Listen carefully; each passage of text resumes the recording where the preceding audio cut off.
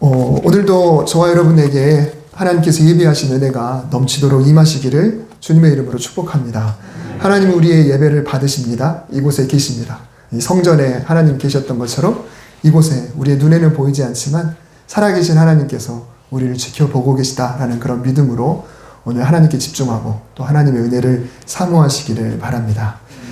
벌써 11월 첫 주일입니다. 정말 세월이 잘 가고 있습니다.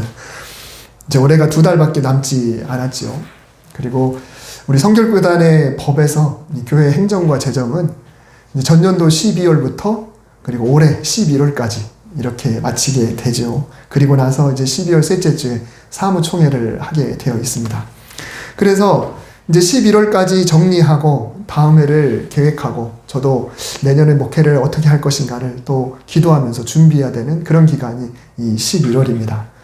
한 달이건 2달이건 이제 연말을 바라보는 시점이 되었고요. 이제 우리는 성도로서 어땠는지 그리고 앞으로 어떤 성도여야 되는지 정말 잘 돌아봐야 될 그런 때인 것 같습니다. 민수기는 출애굽한 이스라엘이 시내산 아래서 출발하여 가나안 땅으로 들어가기 직전까지의 과정이 자세히 기록되어 있습니다. 물론 그 안에 율법도 나와 있긴 하지만 민수기는 그래도 스토리 중심으로 기록되어 있는 성경입니다. 민수기는 백성의 숫자를 센다는 뜻입니다. 민수기의 처음과 그리고 거의 마지막 부분, 물론 장수로는 마지막은 아니지만 스토리상 마지막 부분에 이렇게 또 숫자를 셉니다. 이 첫 번째 민수기 앞부분에서 셀 때는 시내산 아래서 모든 걸 다 준비하고 이제 가나안 땅을 점령하기 위해서 전쟁에 나가 싸울 수 있을 만한 장정의 숫자를 세야 될 필요가 있었습니다. 그래서 각 지파마다 그 숫자가 몇 명이 되는지 셌습니다. 말 그대로 백성의 수를 셌습니다. 출애굽 1세대의 숫자, 이게 첫 번째 민수가 됩니다. 두 번째는 출애굽 2세대의 숫자입니다. 1세대가 전쟁에 나서면서 12명의 정탐꾼을 가나안 땅에 보냈죠. 40일을 정탐하고 돌아와서 그 중에서 10명이 부정적인 보고를 했고 백성들이 동요했습니다. 그리고 모세와 아론에게 반기를 크게 들었죠. 그것은 곧 하나님을 향한 반기였고요. 결국 하나님은 이 1세대는 가나안 땅을 정탐한 40일 곱하기 1년씩 해서 무려 40년의 세월을 광야에서 잘 보내다가 1세대가 다 자연사하게 했습니다.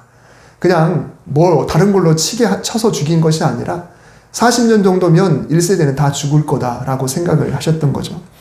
그래서 이 1세대가 다 세상을 떠나고 다시 이제 40년의 세월이 흐른 후에 가나안 땅에 정복 전쟁을 치르러 가야 되는데 또 마찬가지로 전쟁에 나가 싸울 수 있을 만한 사람 숫자를 세야 했습니다. 그게 바로 두 번째 민수가 되는 것입니다. 오늘 본문은 두 번째 인구조사를 앞둔 시점입니다. 그러니까 민수기의 스토리상 거의 마지막에 해당되죠.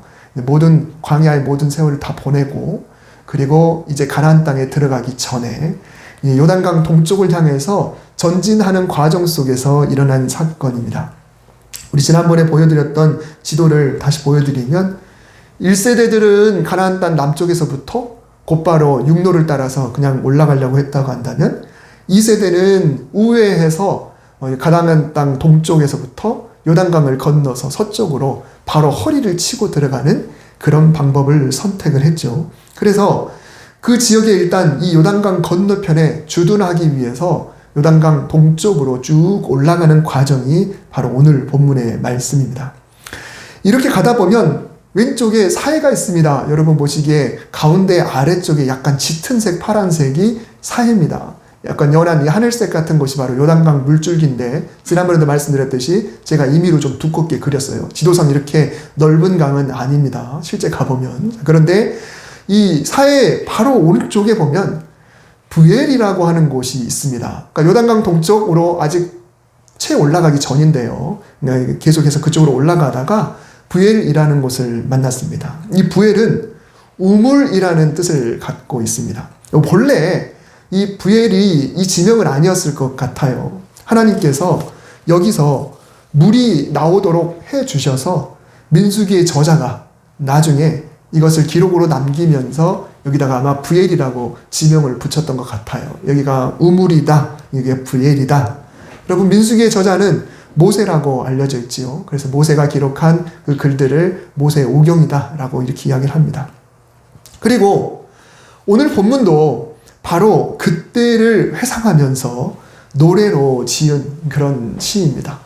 그러니까 그냥 쭉 스토리를 쭉 읽다가 갑자기 시구처럼 이렇게 기록이 되어 있습니다.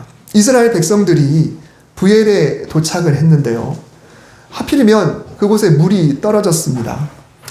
여러분, 우리가 성경을 읽을 때 광야에서 물이 떨어지면 꼭 벌어지는 일들이 있습니다. 물이 떨어졌다. 그러면 어떤 일이 벌어지나요? 대부분 백성들이 모세와 아론을 찾아와서 원망하는 그런 사건이 일어납니다. 우리가 글을 읽을 때나 대화할 때 행간을 좀 잘 이해해야 된다, 그런 말이 있죠. 그 줄과 줄 사이에 생략되어 있지만 뭔가 중요한 내용들이 있다라고 하는 거예요. 그래서 우리가 성경을 읽을 때에도 성경 속에 기록되어 있지만 그 중간중간에 생략되어 있는 부분이라든가 또 생략되어 있는 기간이라든가 이런 것들을 좀 상상하면서 읽을 필요가 있습니다. 그러니까 성경에서는 그냥 한 줄 한 줄 쑥쑥 지나갔지만 그 사이가 몇 년이 되기도 하고 몇 개월이 되기도 하고 그 안에 표현은 되지 않았지만 어떤 뉘앙스가 있기도 하고 막 그렇거든요. 성경에서 물이 없을 때 백성들이 원망하는 그런 사건들을 떠올려 보면 이런 생각이 듭니다. 야, 이스라엘 백성은 어쩌면 이렇게 물이 없을 때마다 하나님을 원망했을까?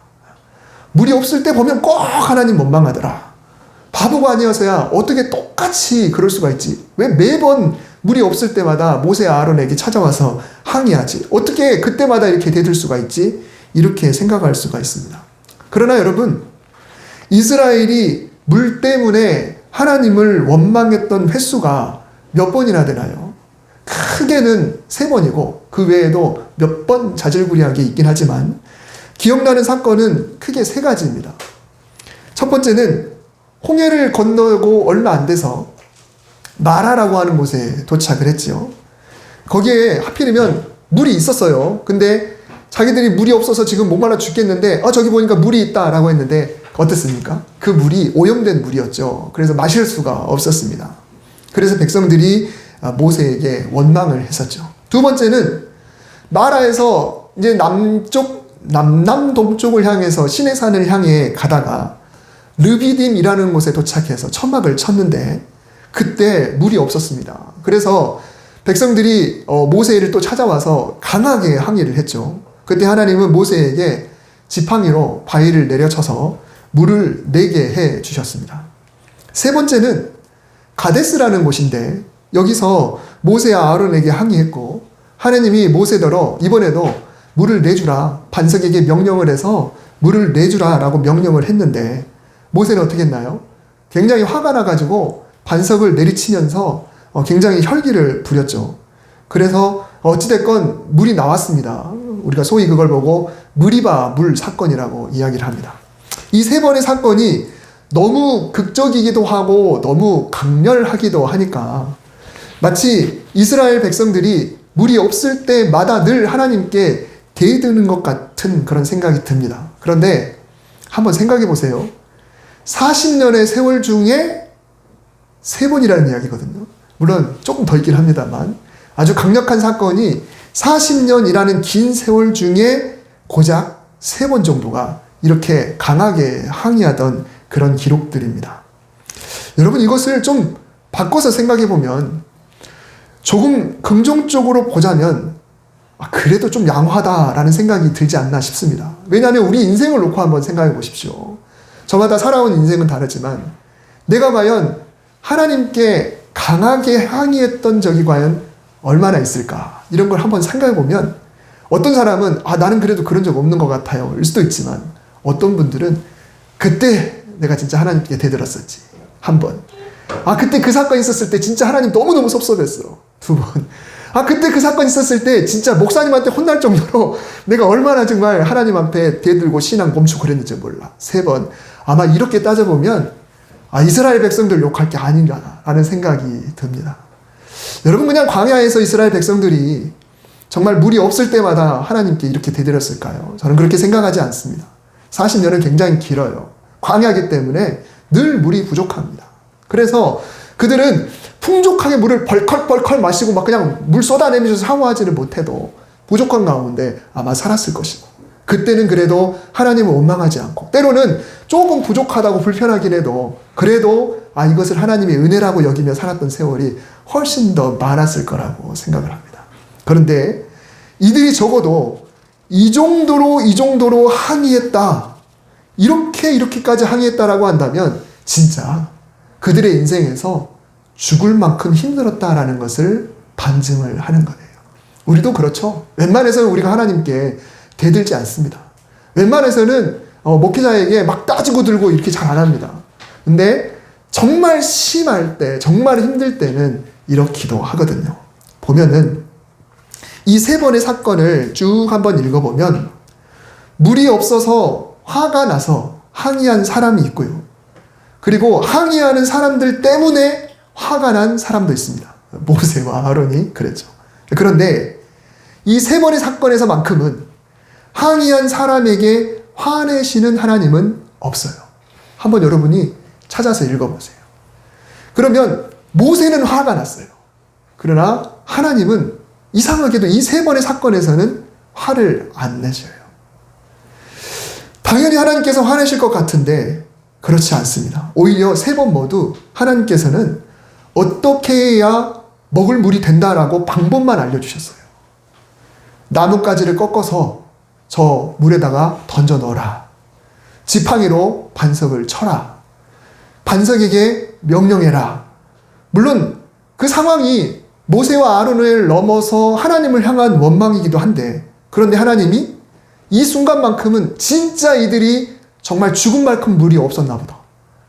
그래서 정말 나한테 이렇게 대드는가 보다 라고 하나님이, 우리의 마음을 잘 아신 하나님께서 그렇게 하셨던 것 같습니다. 물론 제가 나중에 가서 하나님께 여쭤봐야 진리를 알 수 있겠지만 저는 성경을 읽으면서 그렇게 읽었어요. 우리 하나님이 그래도 오죽하면 이렇게까지 대드는 사람들에게는 진짜 이 사람들이 죽을 만큼 힘들구나 라는 생각을 하셨던 것 같아요.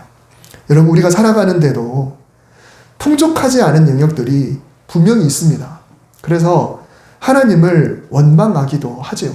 물론 무엇 때문에 원망하는지는 다 다를 겁니다. 어디 원망 한 번 안 해본 그런 성도가 과연 있겠습니까?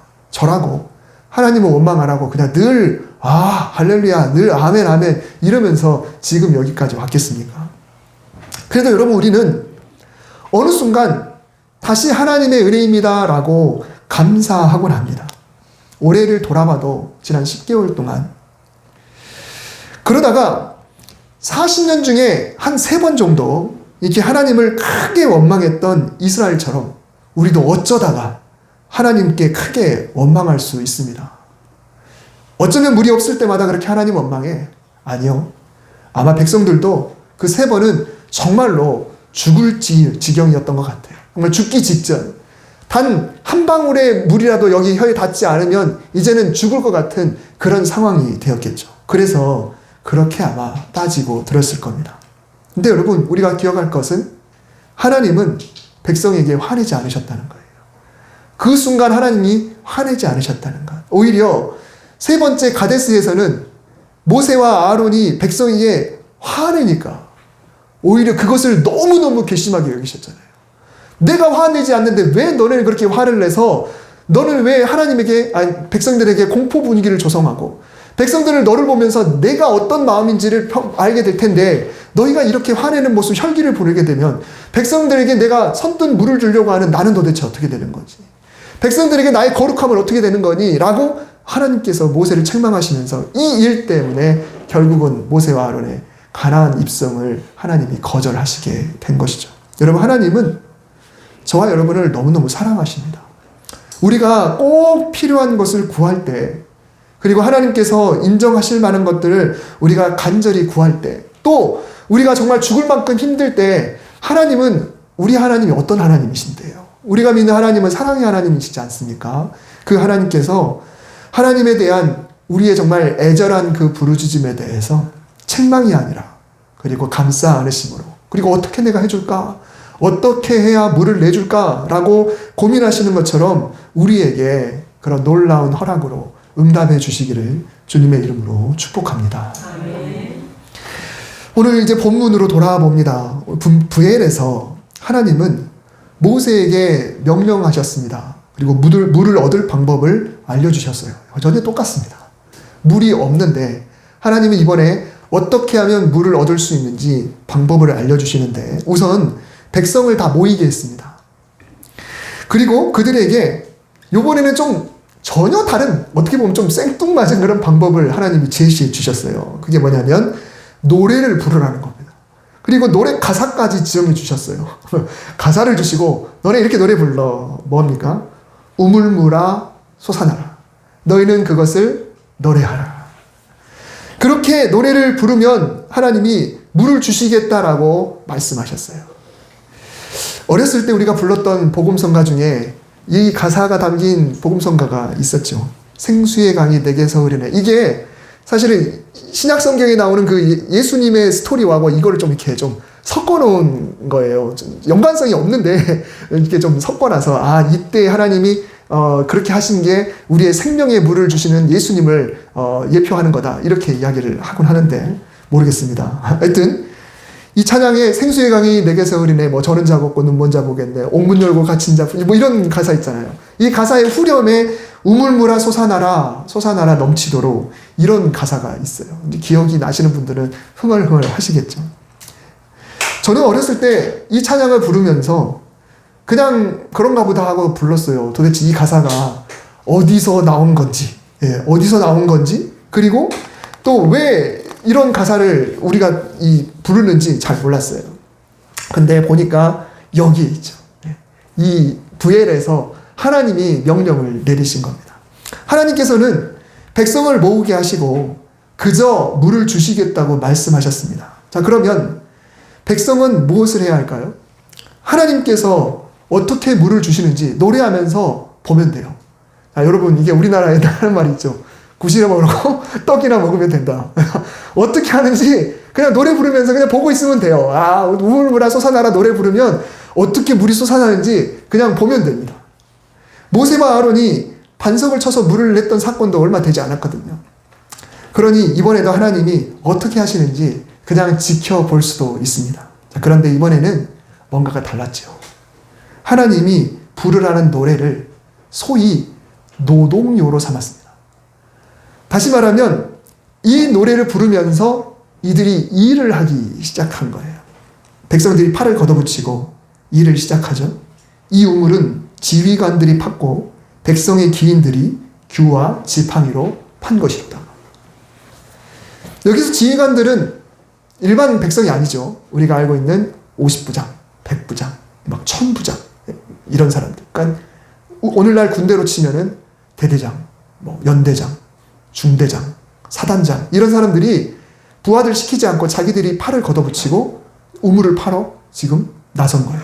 그리고 귀인들은 각 지파마다 부족들이 있죠.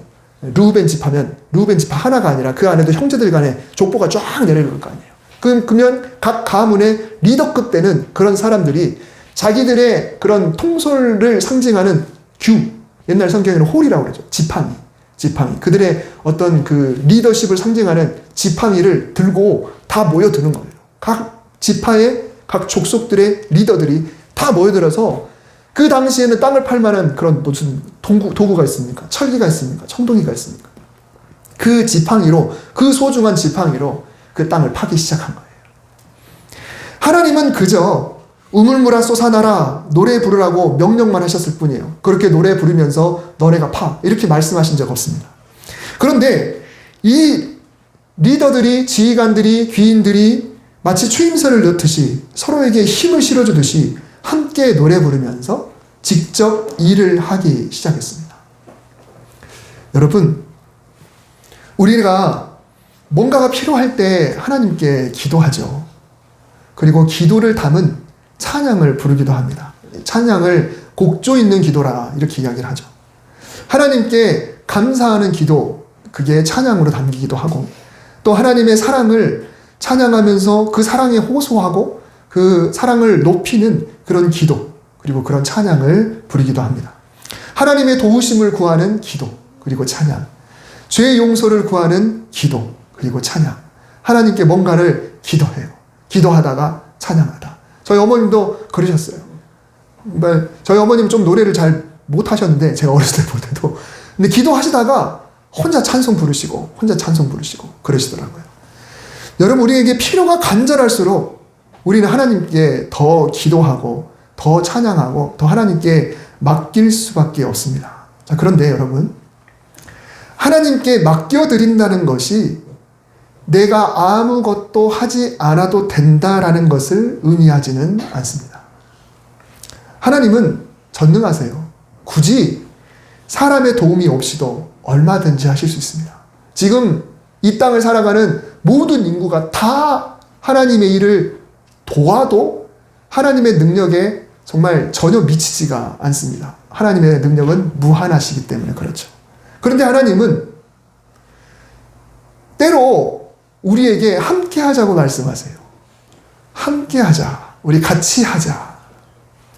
우리 성결교회 그리고 감리교회 신학의 창시자라고 하는 요한 웨슬레는 하나님이 일하실 때는 꼭 사람과 함께 일하신다. 하나님의 능력이 없으셔서가 아니라 그렇게 하나님의 일을 사람을 통해 같이 해나가심에 대해서 이거를 전문적인 용어로 신인 협동설이라고 이렇게 이야기를 합니다. 하나님과 사람이 함께 하나님의 일을 해나가는 거죠. 우물물아 솟아나라 이렇게 명령을 하셨어요. 너희는 이렇게 노래 부르라. 마치 예수님께서 당신의 제자들에게 너희는 이렇게 기도하라 라고 하신 거하고 똑같습니다. 자, 그러면 그 기도를 받아든 예수님의 제자들은 그렇게 기도만 하고 끝나면 되나요? 그렇지 않죠. 예수님과 공생의 기간 동안 열심히 배웠다가 주님이 부활 승천하시고 세상을 떠나시면 그들이 그 기도를 바탕으로 자기의 사명을 감당해 나갈 때 그 기도가 이루어지게 되는 겁니다. 하나님의 나라가 이 땅에 그냥 이루어지는 것이 아니라 기도하면서 최선을 다할 때 이루어지게 되는 것이죠. 너희에게 필요하다면, 물이 필요하다면 너희는 이렇게 기도하라. 이렇게 노래해라. 우물물아 솟아나라. 즉 하나님 우물물이 솟아나게 해주세요. 이렇게 간절히 기도하고 하나님이 어떻게 일하시는지 그냥 보라는 것이 아니라 기도하라는 명령, 곡조가 있는 노래를 부르라는 명령, 그것을 하면서 하나님은 백성들이 무엇을 하나 또 보고 계셔요. 그 전에는 그냥 모세가 그냥 했어도 됐어요. 그냥 모세 혼자 그냥 하나님이 명령하면 모세가 그냥 했어도 됐어요. 왜요? 아직 그 백성들이 그럴 만한 그릇이 안 됐기 때문에 그렇습니다. 이제는 가나안 땅을 치고 들어가기 얼마 남지 않은 그런 시점에서 아직도 여전히 하나님이 뭐 하시나 보자, 모세가 뭐 하시나 보자 이렇게 지켜보는 백성이 아니라 이제는 백성들이 어느 정도의 수준에 올라선 거죠. 그냥 우물물아 솟아나라라고 말씀했을 때 그 노래를 부르면서 아 우리도 해야겠다, 우리도 해야겠다라고 생각하면서 직접 손으로 그리고 지팡이로 그 땅을 파내기 시작했고 그곳에서 우물이 솟아났을 때 그것이 후대에 계속해서 노래로 불려지면서 오늘날 우리도 부르는 노래가 되었다라는 것입니다.